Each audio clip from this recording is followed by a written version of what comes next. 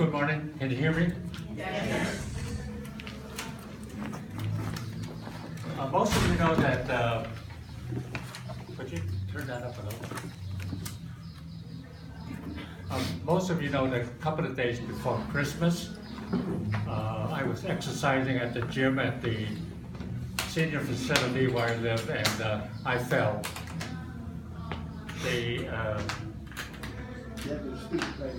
When you're old, you should not fall because it triggers a whole series of events.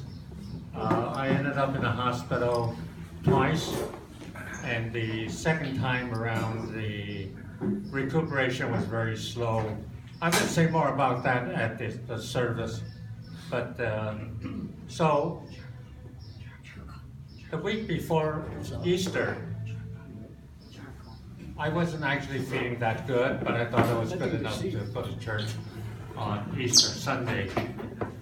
So I called up Linda, our interim pastor, and I said to her, I think I'd like to speak to the 10, 11, 20 congregation one more time.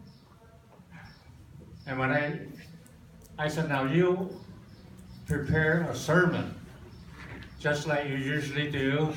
You know, choose a text, have a sermon title, and if I feel up to it, I like to have the time to say something to the congregation.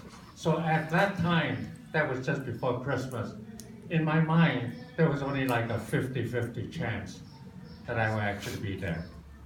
So my health is still evolving, and I'll say more about that at the service.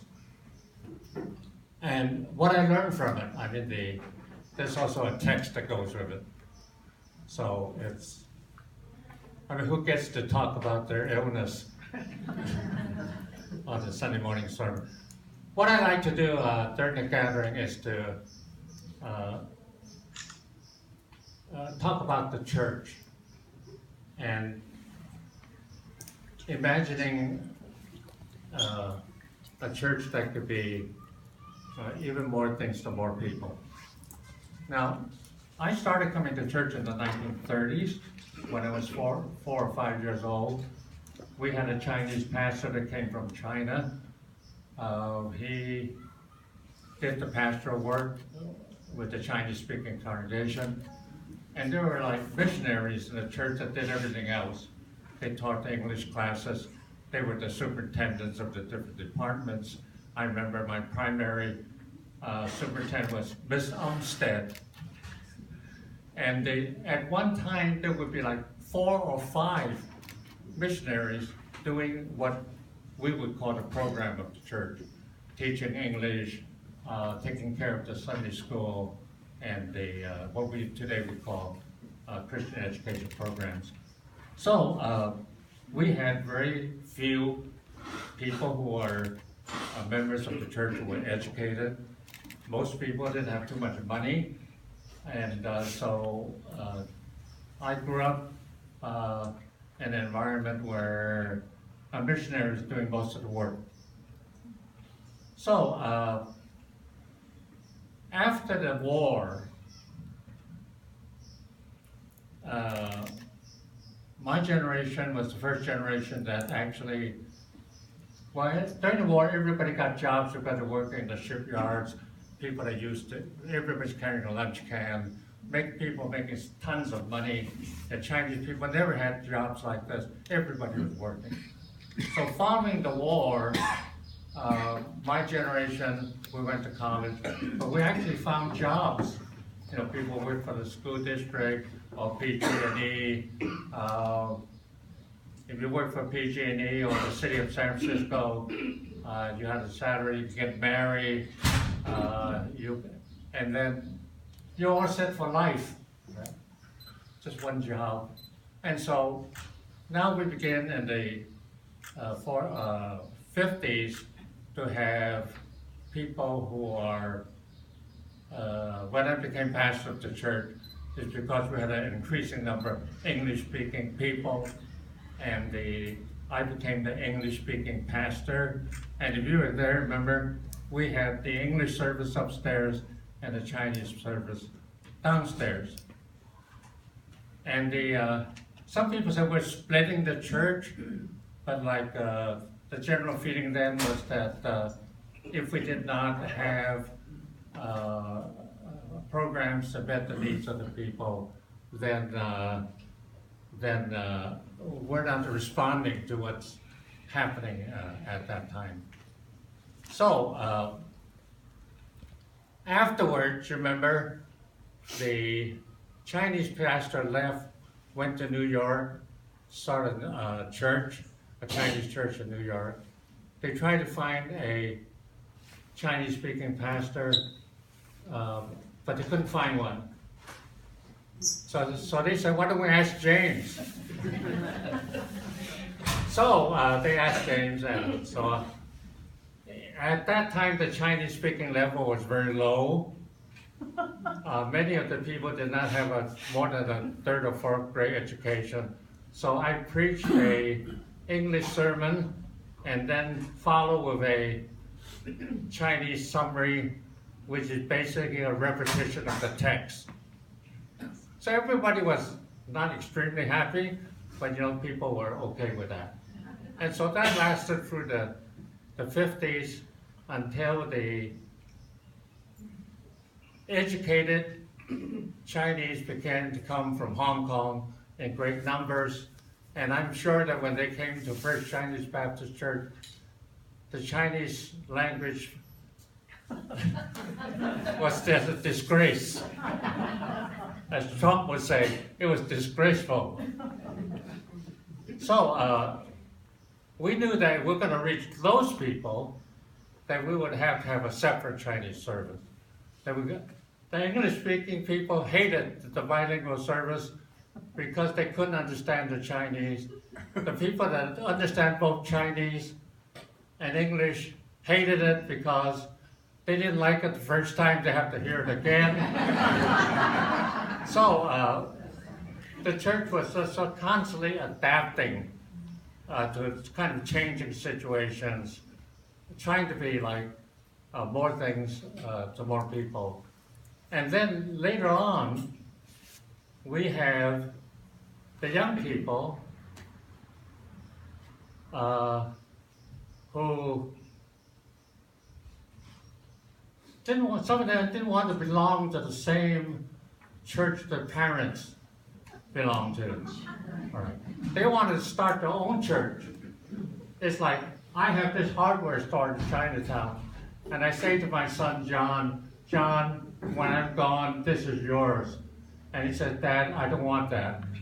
I want to start my own hardware store in Sunset. But that's good, right? Here's a group of people saying, we have a new generation coming up. Their music is different, their environment is different, they think differently. So that group started, remember, they started a service at the facility at the playground, and then so there was an impulse of kind of moving up. And so the church has been kind of responding in many different ways as situations change. Now,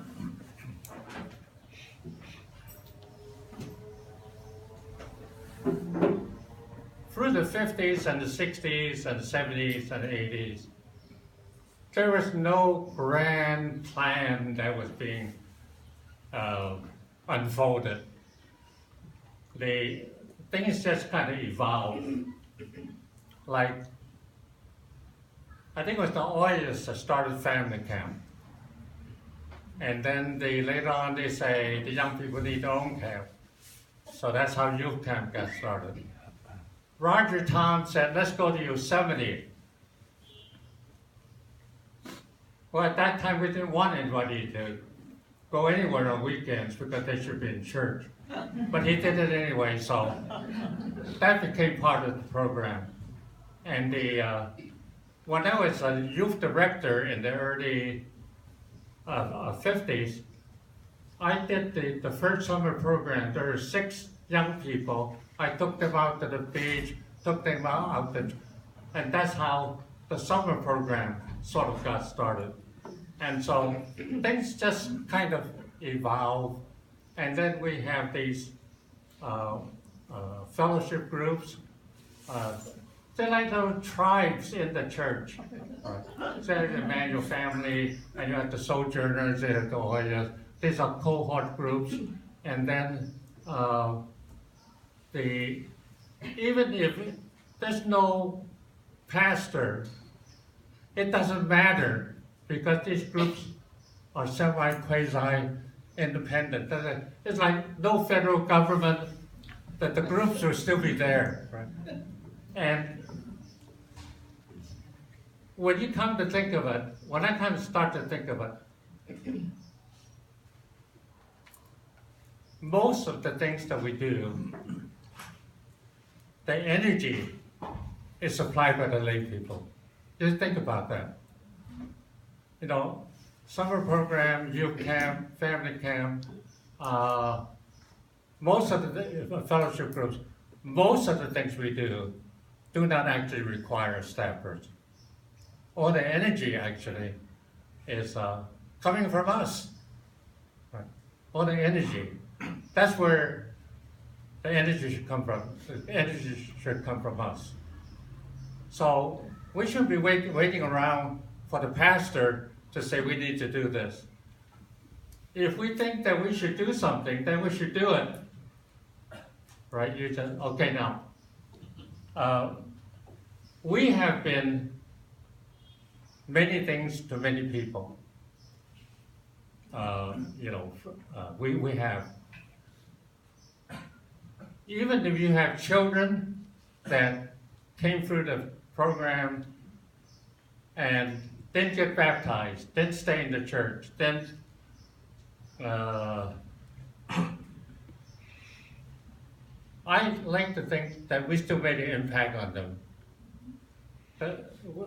I like to think that everybody that comes through the church, in every way, shape, or form, that there's some impact.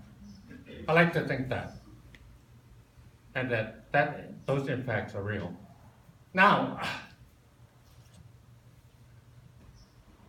when I retired from church in 1991, Jeff Sharp came.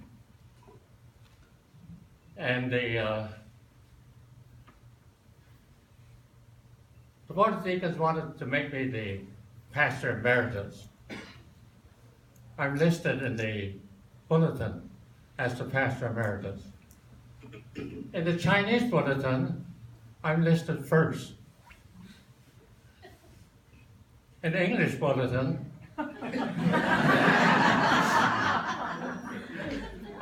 you think it's a cultural thing? Yeah, I think it is. In Hong Kong, the advisory pastor is always listed first. All right. Now, I don't want to sound like I'm complaining, but I thought about that. All right. Now, I'd like to suggest a few things that might help us to be more things to more people. I've talked to the Oyas, people about this, but maybe some of you have not heard this.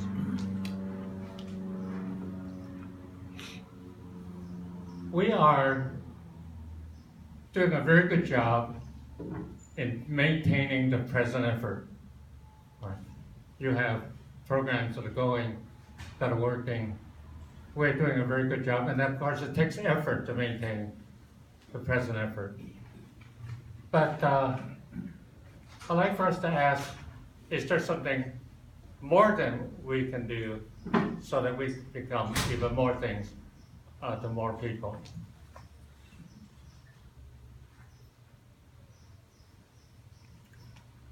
Now, we used to have English classes in the church. So during the week, the building is fully used. The English classes have moved out to a very nice facility on Curtin Street now. So our church is not used during the week at all. It's empty. nothing goes on in the church. I think that there was some talk about maybe finding something to replace it, but we never heard anything. So, we have an empty building. So I'm thinking, because the pastor emeritus is not supposed to think. to say anything. Now I have strong feelings about everything. So when there's a pastor there, I never say anything. Because I was on the staff for 40 years. I'm at bat for 40 years. I'm not at bat anymore. I'm in the dugout. Okay, somebody else is at bat.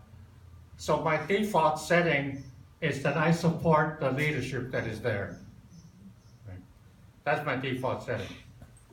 We have no pastor now, so Jame Chuck is coming out from the underground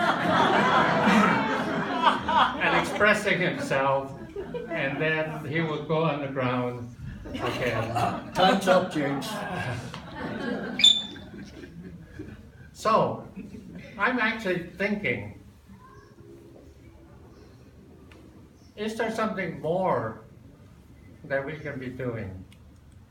Are there some programmatic initiatives that we can mount to help us move to another level? Right. So I'm sort of dreaming about what more we can be doing. Now, I'm not going to be able to make things happen anymore. Right? So in a public place, I'm passing the baton to you.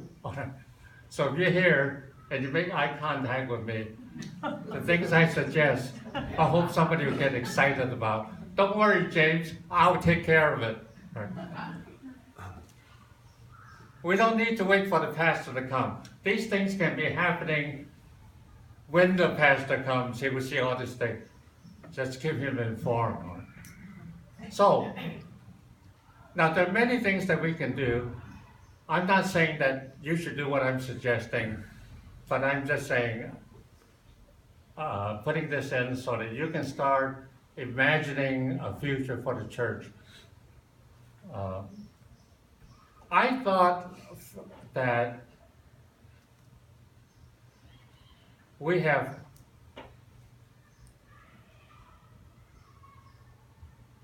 a lot of older people in the church. The 11:20 service is an aging congregation. Several years from now, a lot of us will not be here.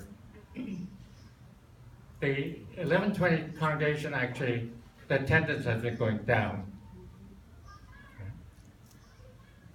So that's one thing. The church is empty.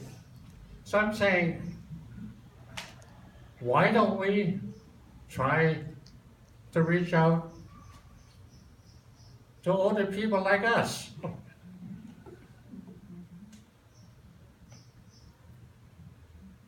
So I don't know of any church that deliberately tries to reach out to older people. Actually, you know a lot of older people. You know, former school teachers and social workers and people working for the city and so forth. You have people.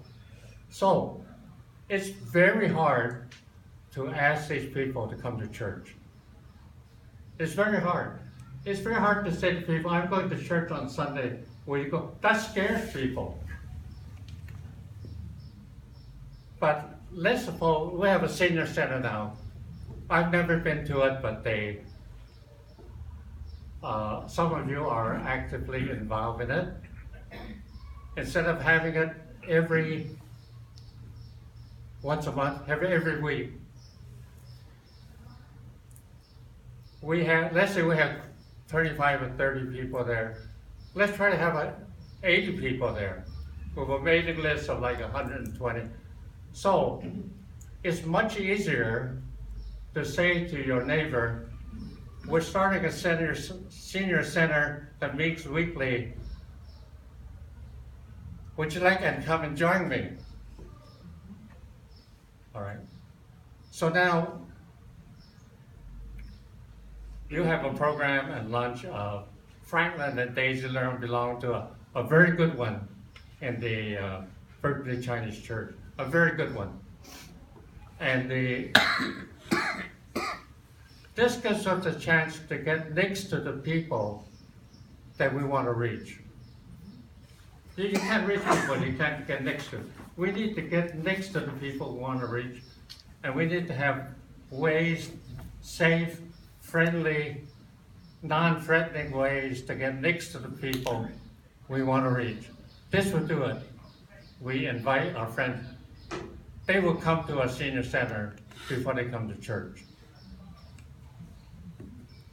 Now, if you want to come early, George Lai will be there to teach you Tai Chi. We haven't asked him yet. But George never says no, all right? If you ask him. I thought one thing we can do is to have we have one-to-one coaching for iPad, all right? So you're in charge of the iPad team, and you find 6 other people to be a one-on-one coach. And you can ask people who are not even in church. You can ask your friend and say, I'm putting together a one-to-one coaching team as part of the senior center. You become early. And so when they graduate from that, we recruit them to be. I would come to something like that, right? We could have watercolor classes. We could have Alcoholic Anonymous. We can have, so there's little modules that you can add so that it actually becomes a very rich. Now, when you have 80 people coming on a regular basis, then we say to these people, this is not just for your personal enrichment. We want you also to serve. All right? Now you can have a tutoring program because now you have the people. We don't have enough people just from our own people to have a tutoring program. But if you have all these other people, you can leverage that. Okay. So on that same principle, Shirlene is going to organize a Chinatown community chorus that would include some of our people and some of our friends. And we say to them, we're organizing a Chinatown community chorus. Would you like to come and join us? And in my mind, there are all kinds of people that love to sing but have no place to do it. So that gives us another way to get next to the people we want to reach. So, now I can get really excited about that, but I have to get you excited, all right? So that's the thing. If you have 4 people who are excited about that, go to the music committee and tell them the 4 of us will be the planning team for this. We'll keep you in touch. That's it.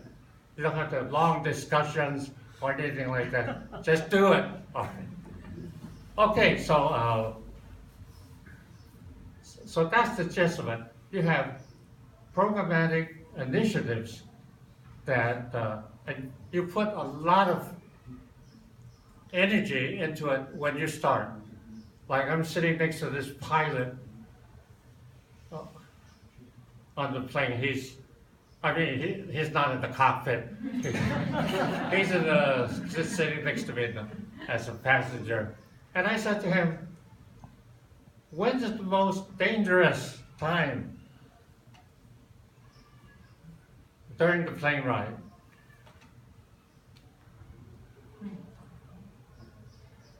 Well, he says, during takeoff.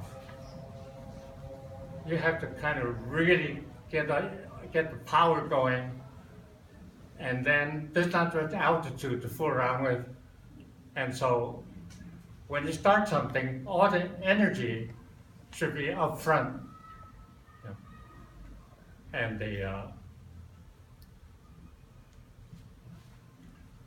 so that's one idea.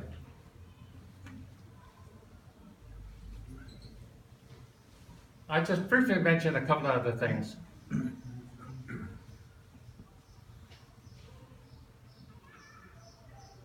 The youth program goes up and down.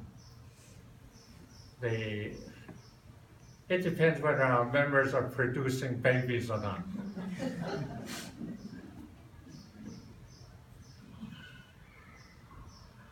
In the past,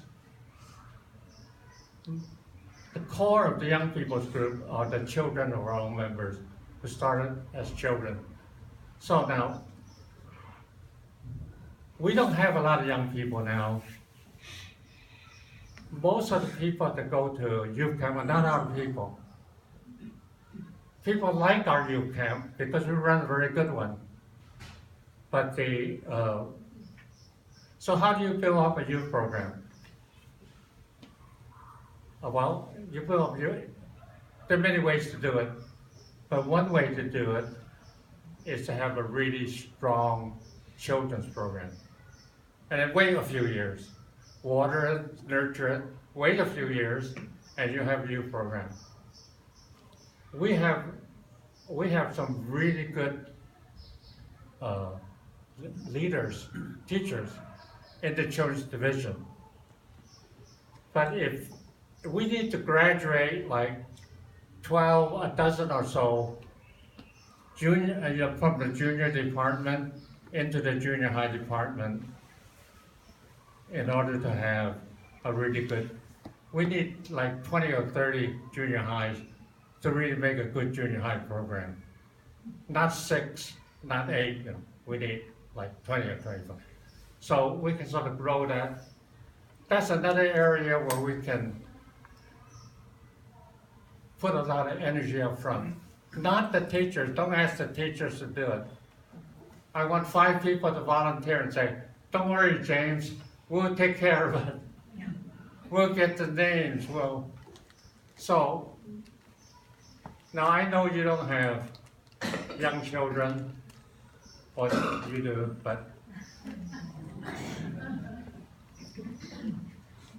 if you have children whose children are not in Sunday school, it's your job to get them there.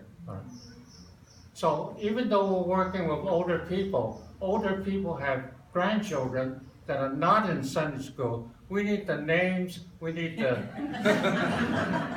No, really. That's one of the best things you can do for these people. They send them to ballet lessons and dancing lessons and computer camps. And why aren't they sending them to church? You know, what kind of parent are you? You know, not to expose your children to a spiritual faith community. So, but we need 4 or 5 people, they say. We don't want the teachers to do that. We're going to do it. We're going to get the names. We're going to have a plan. And then at the end of the year, we can actually say, we did it. We actually did it. So I call those programmatic initiatives that take a little energy and instead of just waiting for things to happen or hoping for things to happen, to kind of actually do the things that are necessary to make the thing happen. So when the new pastor comes, he or she will be absolutely delighted because all these things are already happening. Right? Okay, I'm gonna pause and I welcome your comments. And I'd like to have a glass of water or something too.